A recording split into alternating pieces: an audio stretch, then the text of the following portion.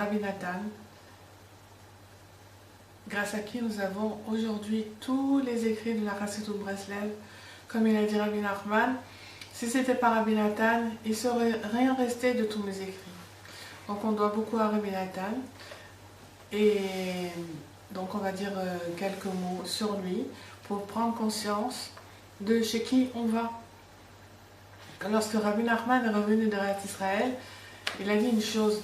Il a dit: je rêve de quelqu'un qui soit un grand érudit et qui soit quelqu'un qui soit capable de d'écrire tout au long de l'enseignement d'une manière simple, comme quelqu'un qui étudierait la Kabbalah et la rédigerait de façon à ce qu'un enfant de 5 ans puisse la comprendre. Et il disait qu'il y avait une Neshama qui est venue dans ce monde, et c'est une nouvelle Neshama. C'est-à-dire une fois tous les, je ne sais combien, c'est très rare qu'une nouvelle Neshama descende dans le monde. Et donc cette Neshama était arrivée, elle était pas loin de Breslev, et il a dit qu'il désirait énormément que cette Neshama se rapproche de lui. Et c'était un Neshama de Rabbi Nathan, et il a beaucoup œuvré pour que Rabbi Nathan se rapproche de Rabbi Nachman. Donc c'est le 15 Shvat de l'année 1780 qu'est né Rabbi Nathan. Il avait 8 ans de moins que Rabbi Nachman. Et le 15 Shvat, le jour où la sève commence à remonter dans les arbres, et Baruch Hashem, grâce à Rabbi Nathan, c'est la sève qui remonte dans nos veines. C'est la sève du tzaddik qui remonte dans nos veines pour nous donner la vitalité et le renouveau. Son père était très riche. Il avait 3 magasins à Odessa, à Berdichev et à Nemirov. Il avait une association, donc Rabbi Nathan, il n'a jamais manqué de quoi que ce soit dans son enfance. Il a pu étudier la Torah avec les plus grands rabbins. Tout était parfait. Et Rabbi Nathan, il était Rabbi Nathan depuis qu'il était enfant. Ça veut dire que c'était un enfant très intelligent. Mamash, il avait un grand front. Et il avait une grande simplicité. Il n'avait pas de questions. Pour lui, la vie était simple, l'étude était simple. Dès qu'il apprenait quelque chose, ça y est, c'était intégré. Il n'avait aucun problème. Et il était tellement intelligent et tellement érudit qu'on l'appelait le génie de Nemirov. C'est ça qui a valu d'être le gendre de Rabbi David Zvi Auerbach, qui était un grand possèque de la génération. La grandeur de Rabbi Nathan, on pouvait la voir dès qu'il était enfant. Parce que quand il a eu 4 ans, alors il a eu une question qui s'est présentée à lui sur le but de l'existence. Il avait l'habitude de rencontrer les personnes âgées de la synagogue avec son grand-père. Et un jour, il n'a plus vu un monsieur, donc il a demandé à son grand-père où est-ce qu'il est, monsieur un-tel. Et il lui a dit, il est mort. Alors, le petit Nathan lui a dit, mais qu'est-ce que ça veut dire? C'est où sa mort? Il a dit, mais il n'est plus dans ce monde. Comment il n'est plus? Ça veut dire quoi? Mais qu'est-ce qui lui est arrivé? Alors le grand-père lui a dit, on a fait un trou dans la terre, on l'a recouvert de terre. Il a dit, ça a tellement choqué. Il s'est dit à ce moment-là, mais alors, c'est tout le monde comme ça? Il a dit oui. Alors il s'est dit, mais si c'est là que la personne termine, alors il faut faire quelque chose. On ne peut pas finir dans un trou dans la terre comme ça. On est là pour une raison, il faut la chercher. Et il faut la trouver. Donc tout ce qu'il a fait toute sa vie, c'était chercher la réponse à cette question.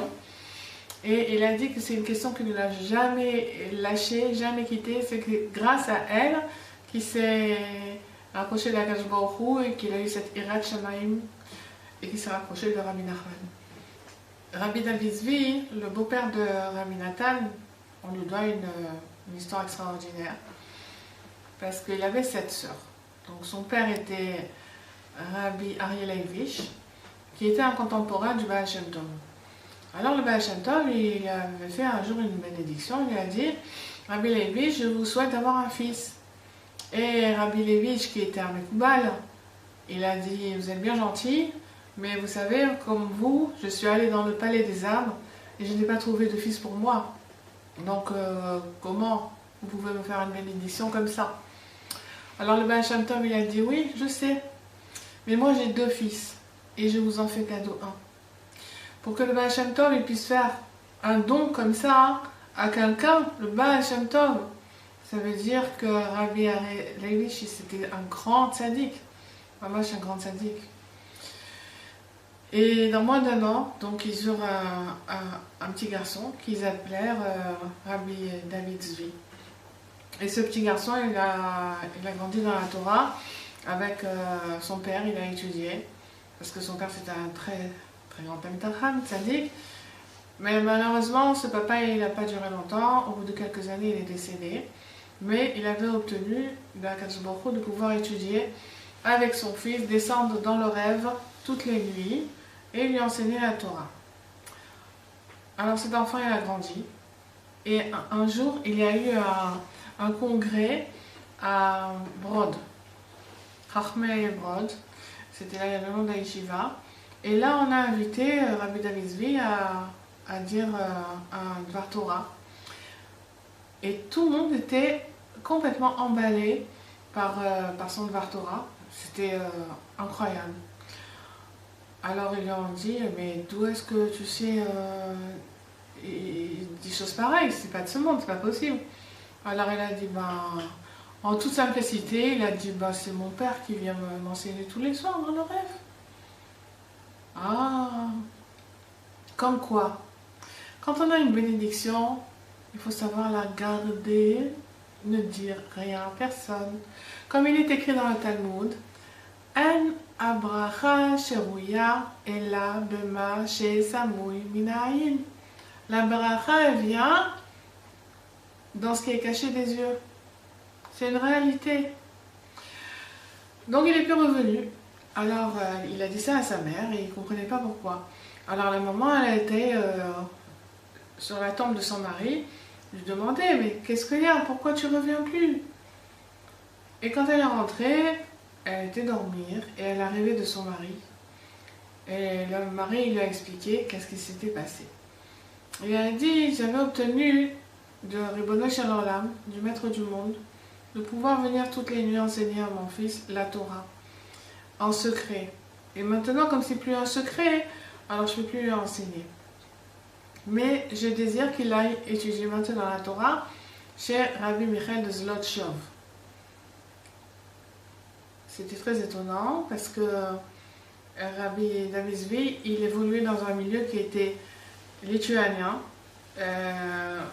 Gaon Vilna. Donc pour lui aller étudier chez les Chassidim, c'était un peu bizarre. Mais il est allé. Et il a passé un Shabbat là-bas, c'était magnifique. Il a beaucoup aimé. Vraiment, il a beaucoup aimé. Mais le problème, c'est qu'il a entendu les Chassidim de Tzadik qui parlaient sur les Chassidim de Rabbi Pinchas de Koretz, qui habitait dans une autre ville et qui était aussi un des Talmudim de Maggid Mezerich, le successeur de Baal Shem Tov. Alors il s'est dit, tiens, bizarre, bon, je vais aller voir ce qui se passe. Si c'est vrai ce qu'ils disent, ce qui se passe à Koretz. Et quand il est arrivé à Koretz aussi, il a beaucoup aimé Rabbi Pinchas de Koretz. Mais encore une fois, il a entendu les Talmidim qui parlaient sur les Talmidim de Rabbi Michael. Et il s'est dit, ça va pas. S'ils se permettent de parler comme ça, il y a quelque chose qui tourne pas rond. Donc moi, je m'éloigne complètement de la chassidoute. Et donc, il s'est éloigné de la chassidoute à partir de ce moment-là. Et non seulement, mais il faisait un cours chaque semaine pour ses fils et ses gendres anti-chassidoute. Pour que jamais de leur vie, ils mettent les pieds dans la chassidoute. Donc, Rabbi Nathan, il a été pratiquement élevé dans l'anti-chassidoute. Mais il avait des amis. Il y avait des amis qui, eux, ils avaient été élevés chez les chassidim. Et comment il lui parlait des chassidim et des rebelles et tout ça, quelle joie, quel enthousiasme, quelle bonté, il disait, c'est pas la peine de me parler d'eux parce que moi, vous, jamais de la vie, vous ne me verrez pas chez les Chassidim. Alors, et il lui parlait. Et c'est vrai que quand il lui parlait de l'enthousiasme dans la Vodat Hashem, de la chaleur, de l'envie, de la simcha et tout ça, il n'avait rien à dire parce que lui, il manquait de ça. Ça lui faisait défaut. Alors, à force qu'il lui en parlait, il s'est dit, bon, ok, je vais aller voir. Et donc, il a, oui, commencé à aller voir les rabbis de la Chassidoute. Il a commencé à aller voir le rabbi Mordechai de Kremenetz. Et après, il est allé voir Rav Zouché d'Anipoli. Une fois, il a reçu un invité, il a vu comment il faisait les Tilat Yadayim, comment il faisait la bracha et tout. Il s'est dit, waouh! Il a dit, vous venez d'Anipoli, vous connaissez le Rav Zouché? Il a dit, oui, bien sûr, je viens de chez lui, je suis son talmid. Il a dit, alors vous pouvez m'emmener chez lui? Il a dit, bien sûr. Et donc, il est allé avec lui, il est arrivé un soir, ils se sont installés pour dormir. Parce qu'à l'époque, de recevoir des invités, c'était très cool. Donc, ils ont trouvé 2 lits, ils se sont installés là-bas. Et à Hatzot, il a entendu le Rav de Misra qui était, le Rav Zouché qui était en train pour parler avec son Yetzirah. Et il lui disait, allez, Zouché, lève-toi, ça suffit de dormir. Le reste, tu lui laisseras pour la tombe. Et maintenant, ils vont se lever pour faire Hatzot, pour pleurer sur la destruction du Beth Amikdash. Et il voit ce vieux monsieur comme ça se lever et faire Tikkun Hatzot, la prière qu'on fait sur la destruction du Beth Amikdash à minuit. Et il le voit, il se dit, mais quelle ferveur, mais quelle chaleur, mais quel enthousiasme. Lui aussi, il faisait Hatzot, Rabbi Nathan, mais pas comme ça. Il se disait, mais quand moi, j'aurais le mérite d'avoir tellement d'enthousiasme dans la Avodat Hashem. Il n'avait pas trouvé la porte. Bon, il a continué sa recherche, la recherche de son Rav, et il s'est rapproché de Rabbi Yisraël de Berditchev. Ça lui a plu, il aimait beaucoup la chassidut de Rabbi Yisraël de Berditchev. Presque il allait devenir un de ses disciples. Et même qu'il a écrit le Kedushat Levi, le livre des livrets Torah de Rabbi Yisraël de Berditchev. Alors un jour, c'était Motzei Shabbat, et donc il y a eu une très belle discussion à table, parmi tous les disciples, et il n'y avait rien sur la table. Alors Rabbi Nathan, qui était un des plus jeunes, lui ont demandé d'aller acheter des gâteaux, des bégalés. Alors aucun problème, le Rabbi Nathan, lui, vous pouvez lui demander tout ce qu'on voulait. Rabbeinu, il disait des choses tellement belles sur Rabbi Nathan, il disait, il se considère comme une poignée de terre. Mamash, rien. Vous pouvez lui demander ce que vous voulez à Rabbi Nathan, il va le faire. Et comme Rabbi Nathan, entre-temps, il était rentré dans la salle, alors un des talmidim, il a fait semblant comme ça de demander à l'autre, tu peux pas aller m'acheter des gâteaux? Et l'autre, il a fait semblant qu'il voulait pas. Il a dit non, maintenant je dois étudier et tout. Je peux pas maintenant. Et tout de suite, Rabbi Nathan, il est venu, il a dit, tu veux que moi j'aille les acheter? Rabbi Nathan, voilà, c'était spécial. Donc il est allé acheter les bégalés. Et il est sorti avec l'argent et il s'est dit au milieu, mais c'est pas possible, je suis pas venu dans ce monde pour aller acheter des bégalés. C'est pas pour ça que je suis venu dans ce monde. Et il est rentré dans une synagogue. Et là, il a commencé à pleurer, à demander à Hachem, mais jusqu'à quand je vais être comme ça? Jusqu'à quand je vais chercher ma voie? Jusqu'à quand, Ribono Shel Olam, des aliyot, des yeridot, je cherche, je trouve pas, pitié de moi. Il a commencé à dire des télim, et à se jeter par terre, de pleurs, il demandait à Hachem qu'il l'aide, et il se levait, il disait des télim, et encore il se jetait par terre, et encore il disait des télim. Il a fait 30 télim à peu près. Et quand il s'est jeté par terre pour la dernière fois, il s'est endormi. Et là, il a fait un rêve. Il a fait un rêve qu'il est en train de monter sur une échelle. Et il est arrivé assez haut. Et de là, il tombe. Et il se fait très mal. Mais il se renforce et il remonte. Alors, il se renforce et il monte très haut. Et là, encore une fois, il tombe. Et là, il a l'impression que vraiment, c'est presque impossible de remonter parce que tout lui fait mal. Il remonte encore plus haut, il tombe encore une fois, il a l'impression qu'il a tous ses os qui sont brisés, il ne peut plus bouger. À ce moment-là, il arrive un jeune homme avec beaucoup de Adarat Panim, une lumière sur son visage.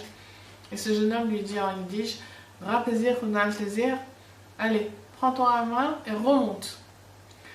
Et il s'est réveillé. Alors, ça lui a fait du bien. Et il est allé acheter des Bengalais, il est rentré, et il se demandait les autres qui avaient tellement de temps pour acheter des Bengalais. Alors, voilà que le temps passe, et il habitait Nemirov. Nemirov, comme dans toutes les autres villes du coin, bah, il y avait des marchands juifs qui vendaient leurs marchandises au marché. Et une fois de temps en temps, il y avait un jour de grand marché dans une des villes. Donc cette fois-ci, ça avait été à Breslev. Et ces marchands-là, ils avaient toujours l'habitude d'aller chez le rabbi de la ville, parce qu'il y avait beaucoup de rabbis à l'époque. Et donc, ils allaient demander la bracha. Alors, comme tous les rabbins, ben, ils faisaient la bénédiction, que tu puisses vendre ta marchandise, avoir une bonne parnassa, avoir le shalom, avoir la santé, ce qu'on demande aux rabbins. Et quand ils sont venus, ils parlaient entre eux comme ça, dans la place du marché. Vous savez, à l'époque, les gens, ils étaient très... La vie de communauté, elle était très effervescente. Et c'était des petits villages dont tout le monde se connaissait, tout le monde parlait. On racontait les uns les autres. Il n'y avait pas les journaux à l'époque, donc les nouvelles, on se les disait de bouche à oreille. Et voilà que ces marchands, ils disent, ben dis donc, on a été à Breslev, il y a un nouveau rebelle là-bas, il s'appelle Rabbi Nachman. Et on était allé pour lui demander une bracha pour notre commerce et il fait que des brachas pour la Avodat Hashem. Et il y avait Rabbi Nathan et Rabbi Naftali qui étaient là, ils ont dit ah bon? Ah ben ça nous intéresse ça alors. Il y avait un qui s'appelait Rabbi Lipa là-bas, c'était un des amis de Rabbi Nathan et Rabbi Naftali, et il avait envie de connaître ce tzaddik-là. Alors il est allé passer Shabbat, et il est revenu un autre homme, Pachout, un autre homme. Alors ils l'ont vu à Ma'ariv, et ils ont vu quelqu'un comme ça qui est tellement dans la prière, et dans l'engouement, et dans l'enthousiasme, et ils ont attendu la fin de la prière et ils sont allés le voir et dire Rabbi Lip, qu'est-ce qui s'est passé? Qu'est-ce qui t'arrive? Alors il leur a raconté le Dvar Torah qu'il a entendu à Breslev pendant Shabbat. Ils ont vu ça, ils ont dit waouh, on est obligé d'aller à Breslev. Donc ils sont allés, Rabbi Nathan, Rabbi Naftali, et je crois Rabbi Lip, ils sont retournés chez Rabbeinu. Et à ce moment-là, quand Rabbeinu a ouvert la porte, Rabbi Nathan il a vu une lumière et puis il a reconnu. Il s'est dit ah, c'est celui qui est venu dans le rêve. Et Rabbi Narman il lui a dit on se connaît déjà, mais seulement ça fait longtemps qu'on ne s'est pas vu. À partir de ce moment-là, Rabbi Nathan il s'est dit ça y est, j'ai trouvé, je sens que c'est lui et que je vais y arriver. Donc, il a laissé tout son savoir. Pourtant, Rabbi Nathan, c'était un Talmid Chacham Atzum, incroyable. Même que son beau-père, Rabbi David Zvi, il voulait en faire son successeur. Et il voulait qu'il soit possèque, il voulait qu'il soit machin gadol ador. Bon, Rabbi Nathan, il était tellement humble qu'il n'avait pas accepté. Mais il avait la possibilité. Même il avait les épaules larges pour ça. Et lui, il a dit, j'ai tout laissé à la porte, tout mon savoir. Et je me suis construit au fur et à mesure. J'entendais une parole de Rabbi Nachman, je me construisais. Encore une, et encore une, et encore une. C'est comme ça que je me suis construit entièrement sur l'enseignement de Rabbi Nachman. Alors les anciens de Breslev, ils disent, Rabbi Nachman, il avait d'autres talmidim qui étaient plus grands que Rabbi Nathan. Il avait Rabbi Yudel, il avait Rabbi Yitzhak Isaac, il avait Rabbi Yekoutiel qui était rab sur 80 villes, Rabbi Yodel qui était le successeur de Rabbi Pinchas de Corée, c'était des tzadikim. Mais ce qu'ils disaient les anciens de Bruxelles, ils disaient, chacun, bien sûr, ils étaient grands, mais ils disaient, voilà, il y a Rabbi Nachman, il est très grand, c'est un grand tzaddik, mais moi aussi je sais quelque chose. Tandis que Rabbi Nathan, lui, il a dit, je ne sais rien. J'arrive chez Rabbi Nachman, je ne sais rien. Donc il s'est construit entièrement sur la chassidut de Rabbi Nachman, et c'est pour ça qu'il est arrivé à des sommets incroyables. Quand Rabbi Nathan est arrivé chez Rabbeinu, il a vu dans la bibliothèque les chiffres à Arizal. Alors il a demandé s'il pouvait l'emprunter, et Rabbeinu il a dit ok d'accord. Et quand il l'a ramené, Rabbeinu il a dit qu'est-ce que tu as retenu de ce livre? Le chiffre à Arizal, c'est Rabbi Chaim Vital qui l'a écrit. C'était le principal élève de Arizal. Et il lui a dit donc qu'est-ce qui t'a étonné, qu'est-ce que tu as retenu? Et Rabbi Nathan il a dit ben, j'étais tellement étonné que l'Arizal il fasse tellement de louanges de Rabbi Chaim Vital. Il lui a dit à une époque d'avoir ça sera facile d'avoir la grandeur de Rabbi Akiva avec peu de choses. Pourquoi il lui a dit ça? Parce qu'il savait que c'était la neshama de Rabbi Akiva, Rabbi Chaim Vital. Et Rabbi Nachman il a dit c'est bon, c'est ce que je voulais que tu voies, parce que quand Rabbi Nathan il est arrivé, Rabbi Nachman il a fait aussi beaucoup de louanges. Et Rabbi Nathan il était étonné aussi. Ce qui est étonnant, c'est que Rabbi Nachman il est décédé à 38 ans, comme le Harizal, et Rabbi Nathan à 65 ans, comme Rabbi Chaim Vital. Alors quand Rabbi Nathan s'est présenté à Rabbi Nachman, il a dit qu'il était le gendre de Rabbi David Zvi. Et il a dit, ah bon, alors on est en famille. Parce que Rabbi David Zvi, il avait 7 sœurs. Et une des sœurs avait été mariée à Rabbi Nachman de Orodanka, en première noce. Et donc Rabbi Nachman de Orodanka, c'était le grand-père de Rabbi Nachman. Alors quand elle a entendu ça, Rabbi Nachman lui a dit « Ah, maintenant je ne suis plus seule. » Voilà, Baruch Hashem, Baruch Hashem. Qu'on a Rabbi Nathan, parce que sans lui, il ne serait pas resté une page de l'Écoute Moharan, pas une page. C'est sûr que Rabbi Nachman, il aurait continué, il aurait fini ce qu'il aurait à finir. Mais nous, où on aurait été à entendre des livres Torah, aller chez les tzadikim, à étudier le Écoute Moharan, à entendre des cours sur Bresla.fr, où on aurait été aujourd'hui? Le tikkun, il aurait été fait, c'est sûr, les réparations auraient été faites du monde. Mais par la bonté divine qu'on a eu à Rabbi Nathan, grâce à Dieu, grâce à Rabbi Nachman, qui nous a transmis toutes ces belles paroles-là, qui nous sont mechaï et qui nous donnent de la vitalité aujourd'hui. De l'Hachem Kitov, qui est l'Olam Chasdo. On doit beaucoup à Rabbi Nathan et Baruch Hashem. On va aller le remercier pour tout ce qu'il fait pour nous, tous ces livres extraordinaires qu'il a écrits pour nous, l'écouter à la chot, l'écouter de Philot. Rabbi Nachman, il lui a dicté évidemment les Sipurim Asiyot, et l'écouter Moharan, et le Sefer Midot, tout ça, ça c'est sûr. Mais sans Rabbi Nathan, il ne serait rien resté. Donc Baruch Hashem, on lui doit énormément. Vous savez, l'écouter de Philot, ce que c'est l'écouter de Philot, ce sont les tfilotes qu'on fait sur les enseignements. C'est quelque chose qu'il a fait sur le conseil de Rabbi Nachman. Rabbi Nachman, il dit, il n'y a pas, depuis la création du monde, il n'y a rien qui fait autant plaisir à Kadosh Baruch Hu que le fait de faire des tfilotes sur des enseignements. Comment dire, on n'a pas l'habitude d'entendre des choses comme ça, oui, que c'est ce qu'il y a de plus haut, c'est ça qui ouvre la porte, la 50e porte de Teshuvah, le Likuté de Philot. 49 portes, ce sont les Tehillim, et la 50e porte, c'est le Likuté de Philot. On ne va jamais deviner un truc pareil. Le fait d'entendre un cours et de faire des Philot sur ce cours-là, ça fait des Shara Shurim, des plaisirs à Kadosh Baruch Hu, comme il n'a pas eu depuis la création du monde. Il n'y a rien que Rabbi Nachman qui peut nous dire ça. Donc Rabbi Nathan, il a entendu ça, et dans son livre des doutes, quand il entendait les paroles de Rabbi Nachman, il priait sur ça, et lui, il écrivait. Il écrivait son livre des doutes, et il a écrit des volumes, vraiment des volumes.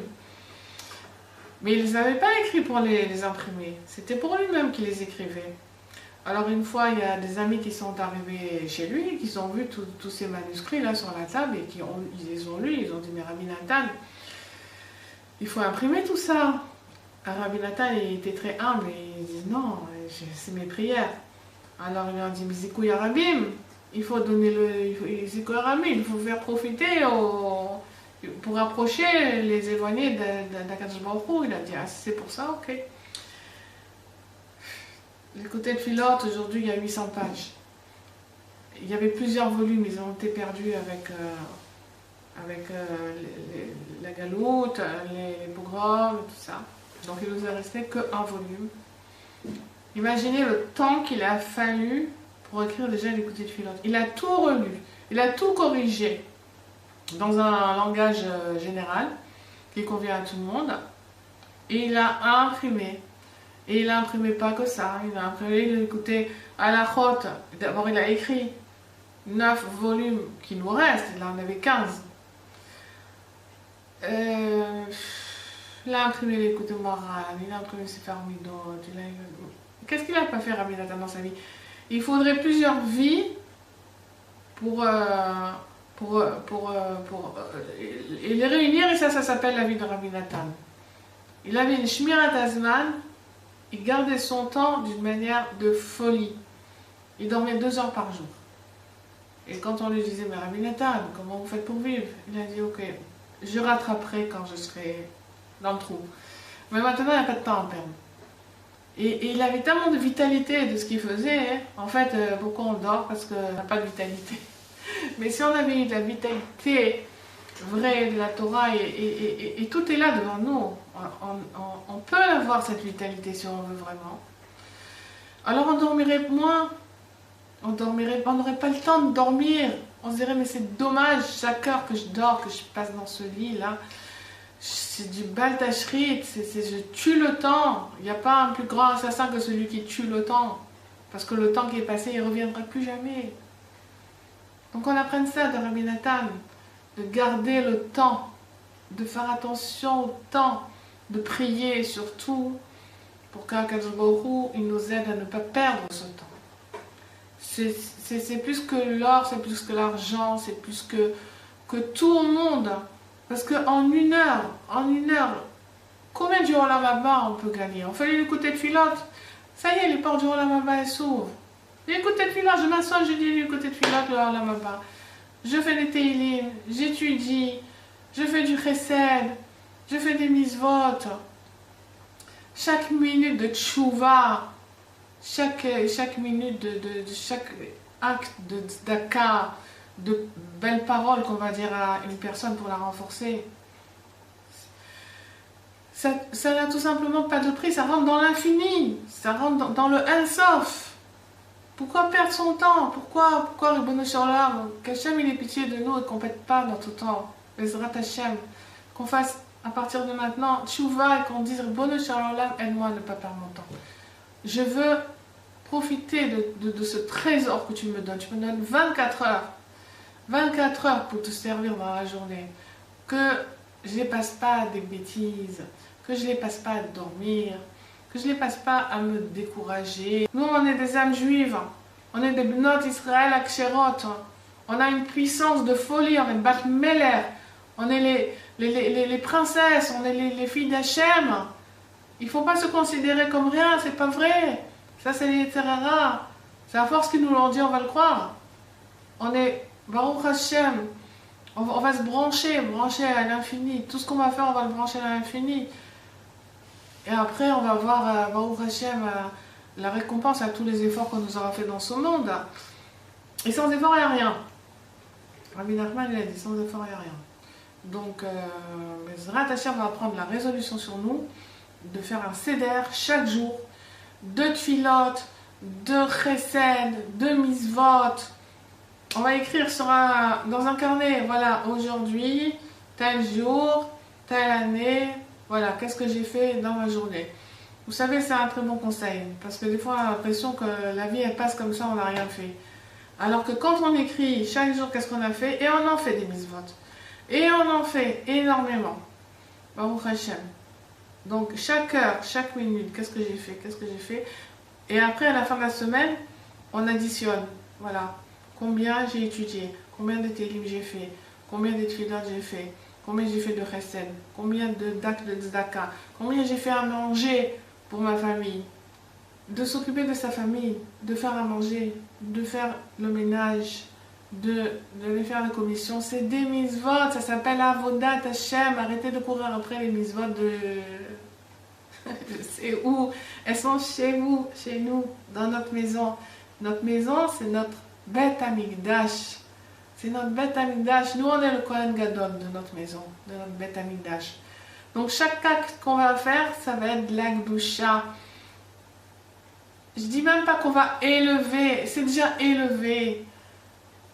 Élever les enfants, voilà, on élève les enfants, on élève, qu'on veuille qu'on veut pas, on les élève. Baruch Hashem, chaque acte qu'on fait pour Shabbat, pour nourrir nos enfants et notre mari, pour nettoyer la maison, pour la rendre apte à un kli, pour servir Hashem, c'est ça la avodat Hashem. C'est ça, faut pas aller chercher plus loin que ça. Une fois, j'avais été demander à Charter, j'aime faire du chesed, j'aimerais bien aller aider des femmes qui ont accouché, tout ça. Vous savez, des fois, on a besoin de sentir qu'on fait quelque chose. Genre que ce qu'on fait à la maison, comme si de rien n'était. Il m'a dit alors, sache que ton travail à la maison, ça s'appelle Avodat Hashem. Tu vas faire à manger pour ton mari et tes enfants, tu vas faire le ménage, tu vas t'occuper des habits. Une fois que tu as fini tout ça, qu'il te reste du temps, alors tu vas prendre des télim, tu vas faire le côté filote. Et si après tout ça, il te reste du temps, alors on va faire du chesed. Il ne m'en restait pas. Parce que Alvaï, qu'on arrive à faire ça tous les jours, et à rendre une maison propre et tout. Vous savez que maison, ça se dit bait. Bait. Nous, on ne met pas les tefilines. Oui, comment ça s'appelle les tefilines? Bait, batim. Et les tefilines, pour qu'ils soient kasher, il faut qu'ils soient absolument impeccables à l'intérieur. Ben nous, on met les tefilines. Notre tefilines, c'est notre bait. C'est la même chose. Il faut que notre maison, elle soit propre. Vous savez qu'il y a un malach, un ange, qui vient dans la maison que si c'est propre. La Gdusha, d'abord, la propreté. Et après, on parle de la Gdusha. Donc, c'est la Avodat Hashem. De faire propre notre maison, c'est de la Avodat Hashem.